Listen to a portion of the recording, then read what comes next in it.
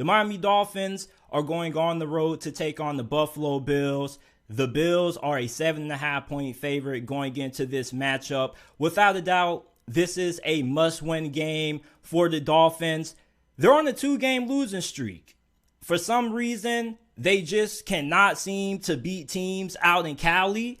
You were beat by the Chargers on Sunday night this past week. And the previous week, you lost to the San Francisco 49ers. And I'm starting to wonder, are the Dolphins just a bad road team? They're 3-4 on the road at this point of the year. And some of their worst performances came over the last 2 weeks. So what does Miami have to do to get back on track? Well, offensively, I think without a doubt, you have to run the football more. Do you know how many times Miami ran the football with their running backs against the Chargers? 16 times. Against the 49ers, only 8. The previous 2 games before they went on their 2-game skid, they ran the football 28 times against the Texans and 33 times against the Cleveland Browns. Before you say, well, JT, they had such a big lead, so they were trying to take time off the clock, understand that. However, they weren't just airing the football out all game. The Miami Dolphins were a way more, I won't say balanced football team, but they weren't so one-sided when it came to just trying to throw the football all game. Last week against the Los Angeles Chargers, I was watching that game and I was asking myself, are they even going to attempt to get the run game going? I would love to see them try to put the ball on the ground a little bit more. The passing game isn't working, Mike McDaniel. What's going on? And then yet they still kept trying to throw the football. And all that kept happening was the ball hitting the turf. You look at this Dolphins offense. Do you guys think defensive coordinators have now started to crack the code? You saw what the Chargers did defensively last week. They ran a lot of 2-man coverage, forcing the Miami Dolphins to have to find other avenues to find success in the passing game. One thing that they did incredibly well was their ability to play tight man-to-man coverage, which was really surprising considering the fact that the Chargers had so many injuries. So you didn't really expect their secondary to have the kind of performance that they did. But this Dolphins wide receiving core was unable to create consistent separation. And it was a large reason for why the Dolphins had the struggles that they had last week against the Chargers. I think their loss against the 49ers was more on Tua. And last week's loss was more of a just complete disaster on offense. Tua, I don't know what the hell has happened to Tua, man. He was looking like an MVP candidate the last 2 weeks. He looks like, I don't even know. But I do know this. The Dolphins were moving the ball with ease prior to having to play the San Francisco 49ers and also having to play the LA Chargers. So I don't really know what has went wrong with this offense over the last couple of weeks. Yes, teams are making adjustments. They are playing this team a lot better. Mike McDaniel, during his post-game press conference after that Chargers loss, said he didn't really feel the game plan the Chargers did had that big of a factor. Yes, they had a good game plan. They did out-coach them, but there's a lot of things that Mike McDaniel and this coaching staff feel they can do to get this offense heading in the right direction. Without a doubt, they got to get that run game going. And it's going to be really hard to do that against the Buffalo Bills, who have one of the best run defenses in the NFL. Miami beat Buffalo the last time they faced off, week 3. Really competitive game. That was kind of the game where everybody started looking at the Miami Dolphins and giving them a little bit of some praise.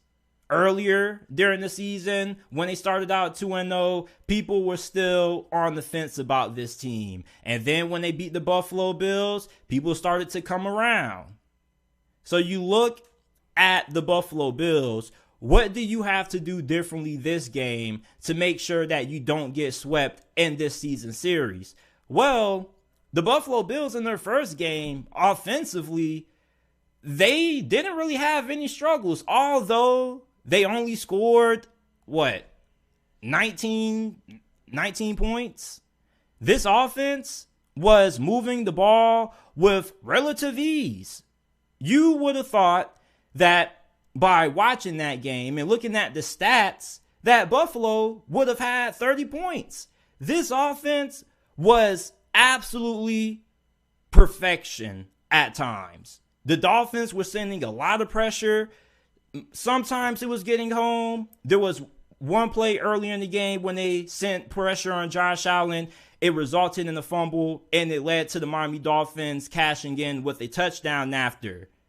But then eventually, Josh Allen started to settle in, and he was really destroying this Miami Dolphins defense. The Miami Dolphins, on the defense side of football, have played some pretty solid football at times. This is a defense that has a lot of talent. As a matter of fact, I think it's fair to say that the Dolphins have one of the more talented defenses in the NFL, especially when you look at how athletic their defensive line is with guys such as Christian Wilkins, Jalen Phillips. You need those guys to have a big impact in this game. You can't allow Josh Allen to continue to run around, extend plays, and kill you on third down. The New York Jets played Josh Allen really good last week. They didn't allow him to make a lot of plays outside the pocket, although he did have a couple. But that just is what it is when it comes to playing Josh Allen. He's going to have a couple of plays where he just makes something happen and you just go, damn, how did he do that? But outside of that, the Jets played him really well. The Miami Dolphins have to try to keep him in the pocket. Last game, this dude, he got outside the pocket and he was just making things happen. And even when Miami was sending pressure, he wasn't fazed. He was still stepping up right in the face of pressure, breaking out of sacks, breaking out of tackles. Like the Miami Dolphins, the last time they played Josh Allen, they didn't really have a good day. But they were really good in the red zone. They got a big stop late. Then they also, before that, Buffalo missed the field goal. So this defense got some key stops in this game. However, the Bills were really close to getting into field goal range and winning this game in that first matchup. Let's not forget that. Also, Buffalo dominated in the time of possession area. They held the ball for 40 minutes and 40 seconds. Miami only had the football for 19 minutes and 20 seconds throughout this game. Anytime the time of possession battle is this one-sided, that shows you who was the more dominant team that day. It was the Buffalo Bills. The Miami Dolphins in the fourth quarter of that game, their defense came up big, made some big stops, and the offense was able to do enough to get the victory. In this game, though, this Bills team, they're going to be better this go around. I believe they're going to take better care of the football. Hopefully you don't have any more fumbles that put the Dolphins into favorable field position. Because honestly, the Dolphins offense didn't really look all that impressive week 3 against Buffalo. The Bills defense actually had a pretty good game. You had a couple of big plays here and there. You had that big dime that Tua threw to Jalen Waddle. So this Dolphins offense, you look at how it matches up with this Buffalo Bills defense. Last time they played, Buffalo had Von Miller. Even though they don't have Von Miller they don't have him no more. They have a really good young core. You have Gregory Rousseau, who's coming on. AJ Epinesa. Ed Oliver has been a force this year for the Buffalo Bills. Oh my goodness. So when you look at what this game is going to come down to, it's going to come down to two things. One, Can Buffalo score in the red zone? Okay, this offense was really effective the first time they played. Their first couple of drives, they went up and down the field, and for pretty much the whole entire afternoon, they had their way. In the second half, though, the Dolphins defense was able to hold them to a field goal, which they missed, and kept them out of the end zone. This Bills offense has to be way more better at finishing drives in this game. You can't be going down the field and coming up empty when you have opportunities to come away with points. That's why Miami was still able to come back and win that game. Buffalo allowed them to hang around because they couldn't finish drives. The team that I'm going to take the win is going to be the Buffalo Bills. The reason why I'm going with the Bills is because I just think at this point, the Bills are playing some of their best football. The Miami Dolphins, I don't think they're falling off. I don't think they're frauds. I just think they're hitting a tough stretch in their schedule.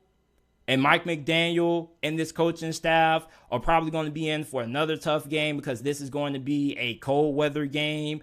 I was looking at the weather report for this matchup. There are expected to be temperatures of 28 degrees. You look at the Dolphins, they had heaters on the sidelines against the Chargers, and it was only 55 degrees. So I question just how good and how prepared are the Dolphins going to look in a really cold weather environment. They haven't really been that consistent on the road this year. They only are 3-4 at this point. The Buffalo Bills are one of the best teams in the NFL at defending home.